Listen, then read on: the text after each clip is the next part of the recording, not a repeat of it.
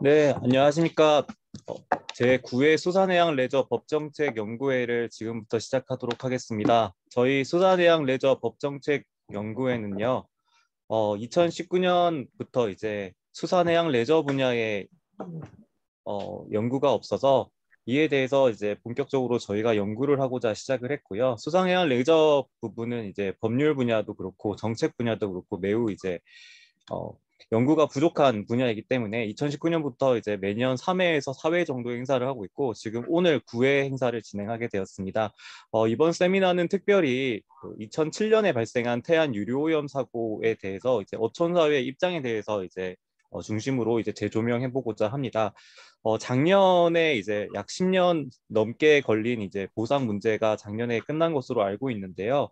어, 그 사고에 대한 보상 문제들은 어느 정도 해결이 되었지만 아직도 이제 어촌의 입장에서는 부족한 부분들도 있고 여러 가지 문제들이 남아 있어서 그 태안 유료오염 사고의 이제 과거, 현재, 미래를 중심으로 문승희 상무님께서 오늘 발표를 해주시겠습니다.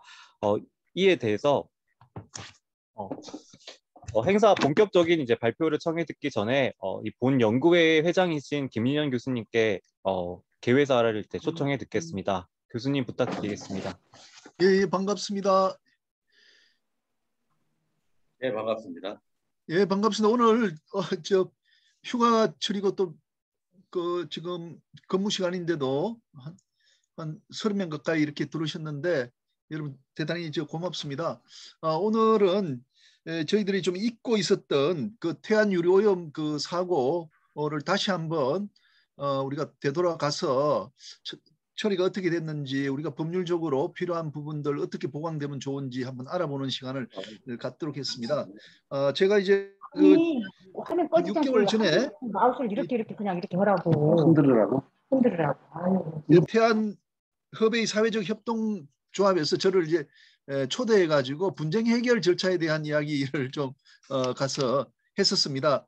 그 가서 보니까 그런 유료오염이라는 그 비극적인 사태를 잘 극복하시고 좀 발전적인 모습들이 굉장히 많이 보였습니다. 그래서 오늘 제가 이제 문성일 그 충남 유류 피해 대책 연합회 사무처장님이시면서 허베이 사회적 협동조합 태안지부 또 상무님으로 계신 문성일 상무님한테 그 태안 유류 오염 사고의 뭐 과거, 현재, 미래에 대한 이야기를 좀 들어보고 또 그 이론적인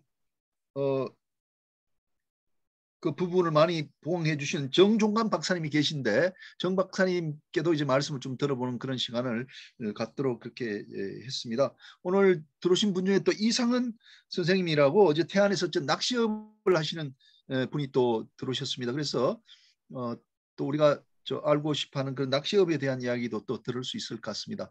아마 해양수산부의 그 이제 안전정책과에서 이 업무를 이제 담당하는데 정태성 과장님께서 아마 직원 중에 한 분을 우리 여기 모임에 보내서 말씀을 좀 들어보겠다 이렇게 하셨기 때문에 아마 시작하면 곧 들어오셔서 그 우리들하고 같이 이 태안 문제에 대한 공부를 할 것 같습니다.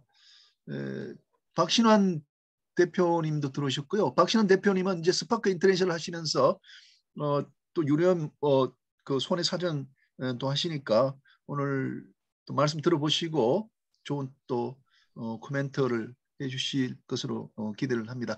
예, 이상입니다. 감사합니다.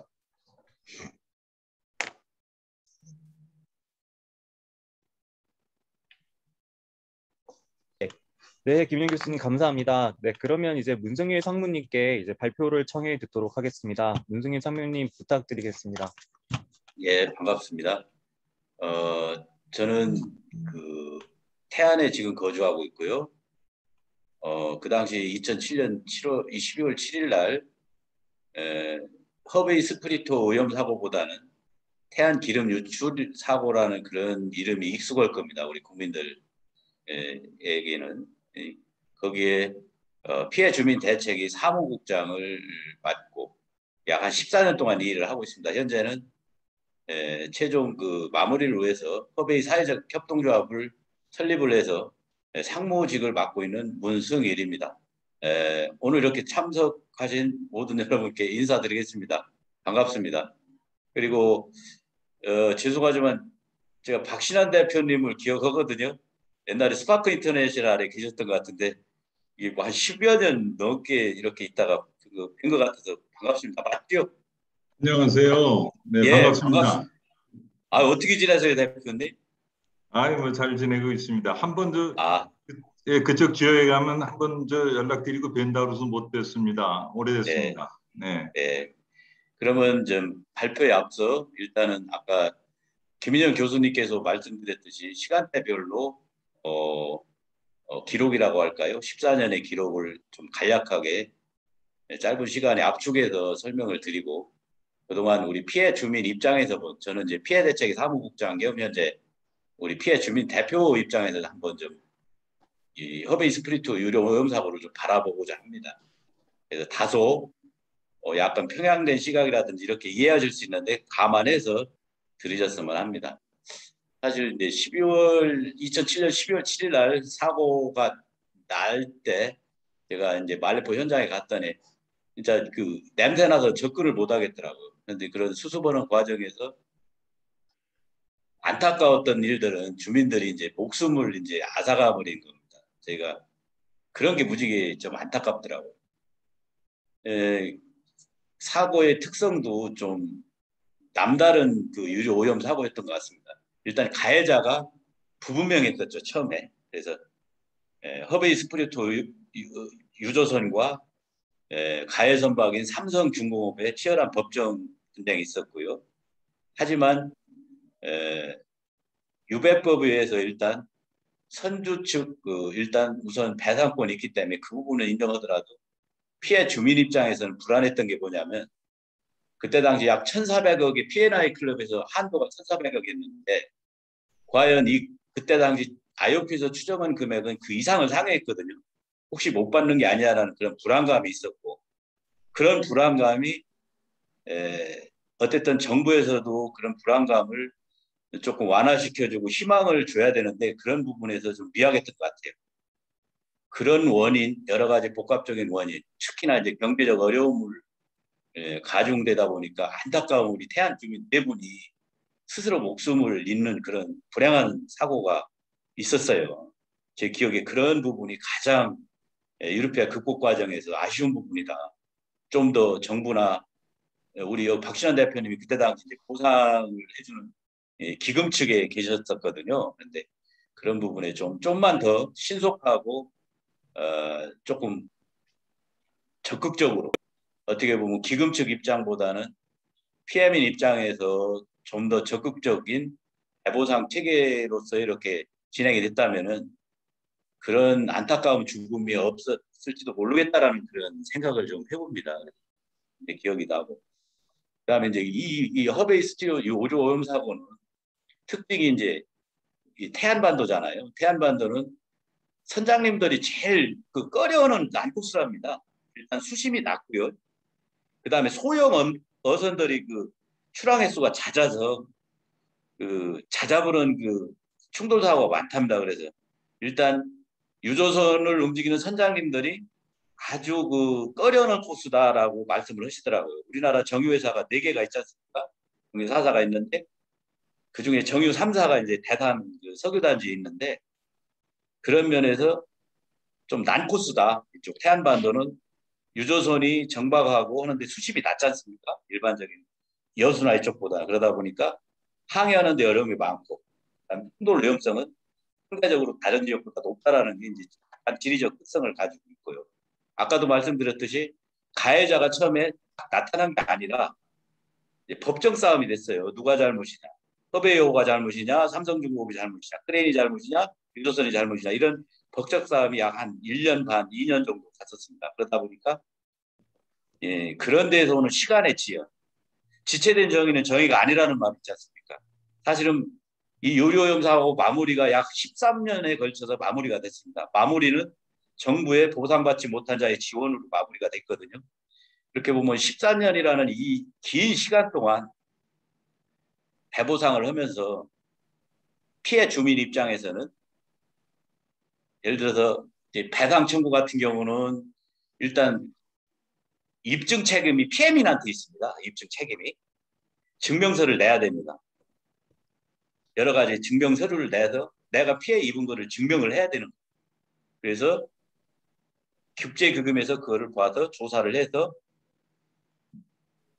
그 사람이 청구한 거 한해서 조사를 해서 이제 배당을 해주는 체계인데 전국적으로 이제 피해 건수가 약 12만 8천 건 정도가 됐고요. 중복 건수를 제외하면은 약 11만 7천 명 정도가 피해 신고를 했습니다. 그때 당시 이제 국제사회에서는 좀 너무 좀 보상금을 노린 과다한 청구 아니냐라는 국제기금의 우려도 있었습니다만 이 환경 오염이라는 특성이 배보상에 문제에 있어서 피해자가 생각하는 거와 가해자 측 보험사가 지급해야 될 그런 그 책임, 그 범위가 너무 넓다라는 겁니다. 원인은 환경 피해라는 게 광범위하고 단기간에 나타나지 않고 중장기적으로 나타나기 때문에 피해자 입장에서 보면은 중장기적인 그런 책임까지 물어야 된다고 생각을 하는 것 같고, 가해자 입장에서 이제 책임을 지는 입장에서는 돈으로 보이고 유관으로 보이는 그 한도 내에서 배당 책임을 실현하려고 하는 그런 차이가 있는 것 같아서 이 환경 사고로 인한 피해 배상 문제는 과거에도 그랬고 현재도 그렇고 미래에도 복잡한 문제가 있다. 너무 차이가 많다라는 겁니다. 피해자와 가해자의 차이가 너무 갭이 넓다. 그래서 앞으로 그런 부분에 좀 연구가 필요하지 않나는 그런 아쉬움이 있고요. 과연 우리가 그 환경오염을 추산한 게 있습니다. 우리 5개 국제기관, 그때 당시 충남발전연구원, 경기대학교 여러 가지 국제기관 5개에서 환경 피해액을 3,940억에서 약 1조 2,550억까지 추산한 적이 있습니다. 그래서 그거는 이제 CVM 방식 조건부 가치 측정법에서 과연 허베이스트 유료오염 사고 환경 피해가 어떻게 되느냐를 이제 그 조건부 가치 측정법에서 측정을 한 겁니다. 그런데 그렇게 평균값이 약 6,555억 정도가 나왔는데, 근데 이게 이제 문제가 뭐냐면은 최저가 3,940억, 최고가 1조 2,550억. 너무 그 간격이 크잖아요. 그런 게는 이제 바라보는 시각이 직접 현장에 와서 기름 때를 제거하고 방제복을 입고 한 분들은 그 피해 금액을 높게 보는 성향이 있고 집에서 방송으로나 매스컴으로 인지하거나 신문을 통해서 해안 기름 유출 사고를 인지한 분들은 낮게 평가가 되더라고요. 그래서 격차가 높았다. 그래서 사실은 저희 피해주민 대책위원회에서 그걸 기초로 해서 가해기업 삼성한테 약 5천억 이상을 주장했던 근거이기도 하거든요. 그래서 앞으로 피해 배보상에 있어서 그런 스탠다드가 좀 있었으면 좋겠다.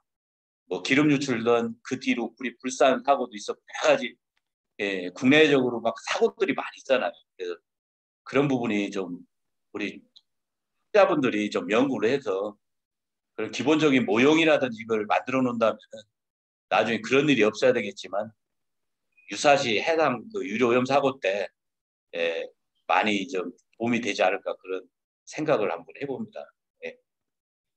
배상 과정에서 보면은 아까도 말씀드린 시간의 지연. 지금 코로나19 팬데믹 상황에서 정부가 여러 차례 배보상 손실보상이라든지 이런 거를 한 적이 있습니다. 지금 그 시스템하고 지금 해상 유료오염 사고에 13년 만에 정부가 지원을 했습니다. 보상도 아닙니다. 이 원칙으로 했어요. 그것도 처음에 정부 법무공단에서 용역을 받아서 수차례 용역 과정을 통해서 2013년도에 마지막 그 정부가 지원을 했습니다. 그런데 최근에 보셔요. 코로나19 상황 때 소상공인이라든지 지원책에 바로 지원이 되지 않습니까?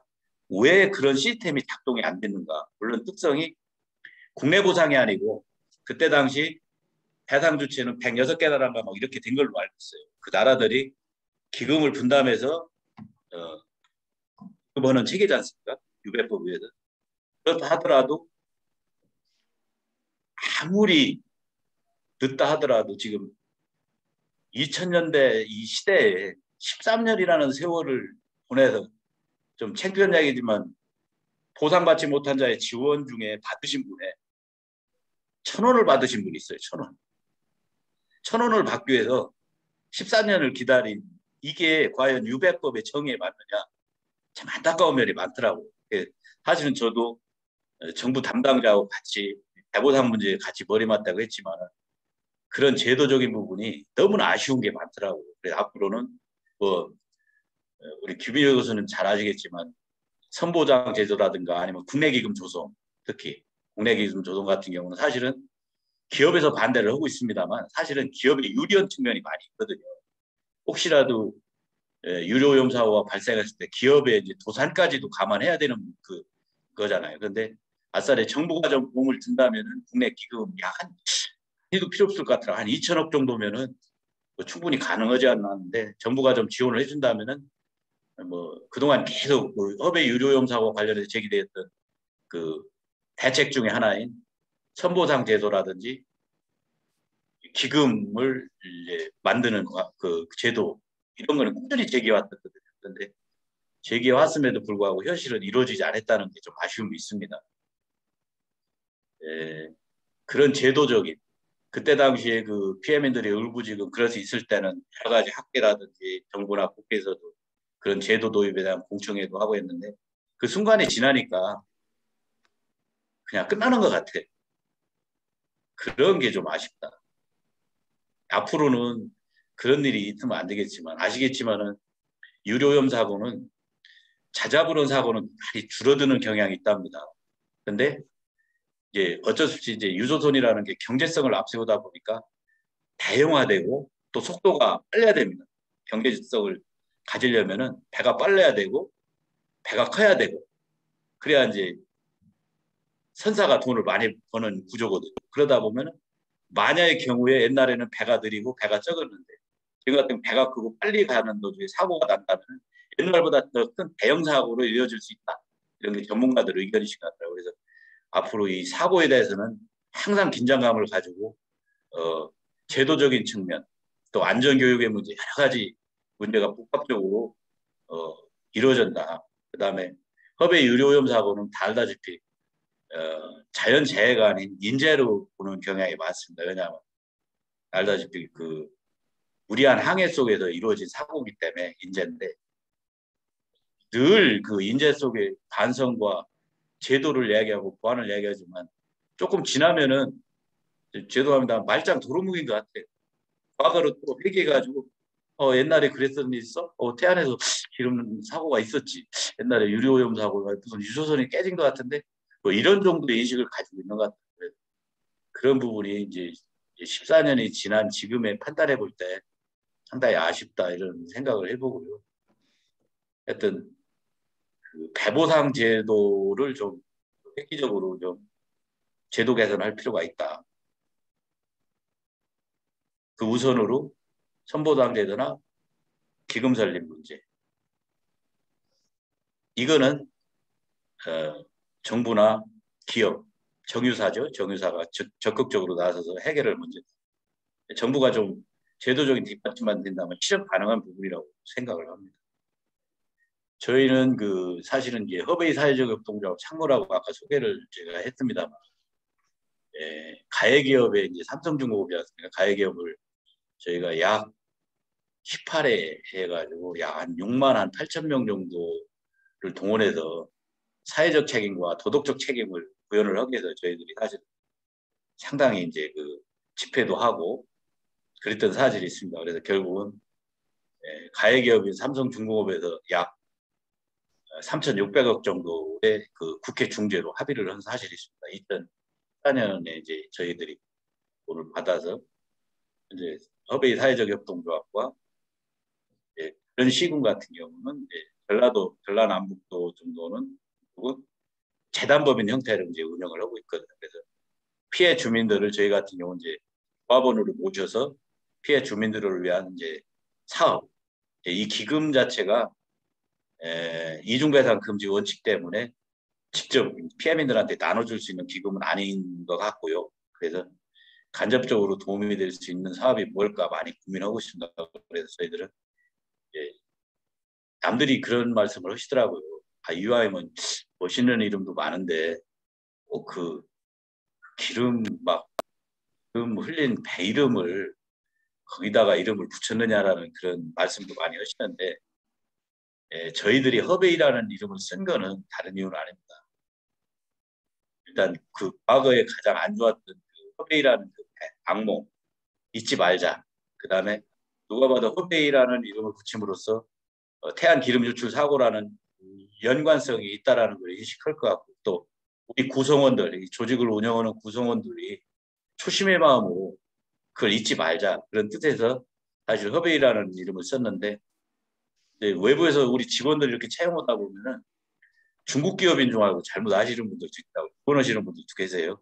중국 기업인 줄 알고 그래서 오셔가지고 우리 직원들도 깜짝 놀래고 그러는 분들도 있는데 하여튼 저희들은 이 소중한 자원인 기금을 PM인인 조합원을 위해서 온전하게 잘 활용되고 지원될 수 있도록 물론 조합원님들이 바라는 직접 지원을 원할 것입니다만 저희들은 또 법인이기 때문에 법인은 이제 법과 정관에 의해서 이제 움직입니다. 정관에 의해서 어쨌든 PM인인 조합원을 위해서 최선의 그 방법이 뭐냐 고민하고 전문가들도 조언도 많이 받고 있습니다. 최대한 PM인들이 요구하는 사업 실현될 수 있도록 노력할 거고 또 많은 의견을 좀 들여보려고 합니다. 그래서 우리 내부적으로도 약 한 2년 동안 좀 갈등이 좀 심했었어. 사실은 우리 김인영 교수님 저번에 갈등관리 교육 그 교수님을 오셔가지고 많은 좋은 말씀도 하셨는데 이제 내부적인 갈등 이제 사실은 이제 적으면 적고 많으면 많은 금액입니다만 우리 허베이 사회적 협동조합이 약 한 2천억 정도 금액의 현금을 배당을 받아서 PM을 위한 사업을 이제 할 수 있는데 그 과정에서 약간의 이제 그 내부 구성원들이 좀 갈등이 있습니다만 슬기롭게 극복을 하고 초심의 마음으로 가서 국민들을 위한 사업을 발굴하고 개발을 해서 지금 실현 중에 있습니다. 그래서 올해 사업은 첫 사업으로 이제 마스크 지원 사업을 했습니다. 마스크 지원. 해안지구 같은 경우는 약 조합원이 만 한 300명 정도 되는데 이제 품질 좋은 이제 마스크를 약 한 70매 정도 해서 조합원 만 300명한테 지원을 해드렸고요. 그다음에 우리 조합원 가족들, 자녀, 손녀들한테 일반적으로 장학금을 지급하게 되면 이제 중복 장학금이 안 되기 때문에 이런 것처럼 따지는데 저희는 조합원이라는 자격만 된다면은 자녀, 손자 그런 거 체크 않고 약 200명 정도 올해 한 1억 5천 정도를 지급을 했습니다. 그리고 하반기에는 다양한 어장환경보건 사업, 그 다음에 바우처 사업, 그 다음에 지역경제 활성화 사업 여러 가지 사업들을 진행하려고 지금 노력 중에 있고 저희가 향후에 이런 그 경험을 통해서 물론 저희들이 사업을 하면서 전문가는 아닙니다.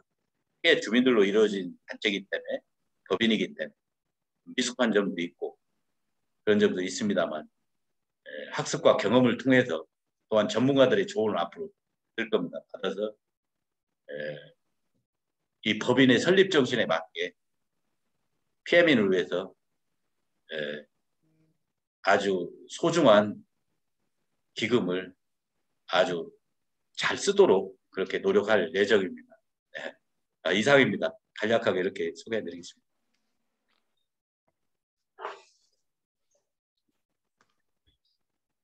예, 감사합니다. 그러면 제가 진행하도록 하겠습니다. 지금 말씀을 들어보니까 우리 문성일 그 사무 그 국장님께서 두 가지를 말씀하신 것 같아요. 우리가 그 2007년 12월 7일 날 발생한 그 사고를 처리하는 그 과정에서 어떤 어려움이 있었는지 그리고 그 처리 과정이 너무 또 길었기 때문에 원하시는 게 이제 선보상 미리 조금 보상을 받고 보상을 해준 곳에서 구상을 하는 형태 그리고 이제 국내 기금을 만들자 이렇게 또 제안을 하셨고 또 한 가지 큰 것은 이제 3,600억 원을 그 가해 기업인 삼성중공업으로부터 받은 것 같습니다. 저는 하여간 2천억 원으로 알고 있었는데 3,600억 원을 이제 받으셨다. 이렇게 됩니다. 그러니까 삼성중공업이 책임 제한을 해가지고 한 뭐 50억 원을 제한을 했지만 이제 법적인 책임이 아니라 그때 보상 쪽으로 하니까 3,600억을 이렇게 이 피해자들한테 이제 내놨는데 그것을 이제 태안 쪽에서는 2천억 원을 받고 아마 전남 쪽에서 나머지 1,600억을 이렇게 보상금을 배당받은 것 같아요. 그래서 이 2천억 원을 어떻게 잘 쓸 건가 이렇게 해서 사회적 협동조합이라는 걸 만들어 가지고 지금 운영을 하고 있다 이렇게 말씀하셨고 이제 금년도 뭐 전반기 사업이 있고 후반기 사업이 있다 이렇게 이제 말씀을 해주셨습니다. 그럼 이렇게 하겠습니다. 그러면 이제 발표하신 것 중에서 좀 궁금하신 사항들이나 또 보강할 사항이 있으시면은 오늘 참석하신 분들이 좀 해주시고 그다음에 이제 정종관 박사님도 여기 들어와 계신데 그걸 마치고 나면은 이제 정종관 박사님께서 또 조금 코멘트나 발표를 해주시겠습니다. 자 그러면 여러분 질문사항 같은 거 있으시면은 뭐 질문해 주시기 바랍니다.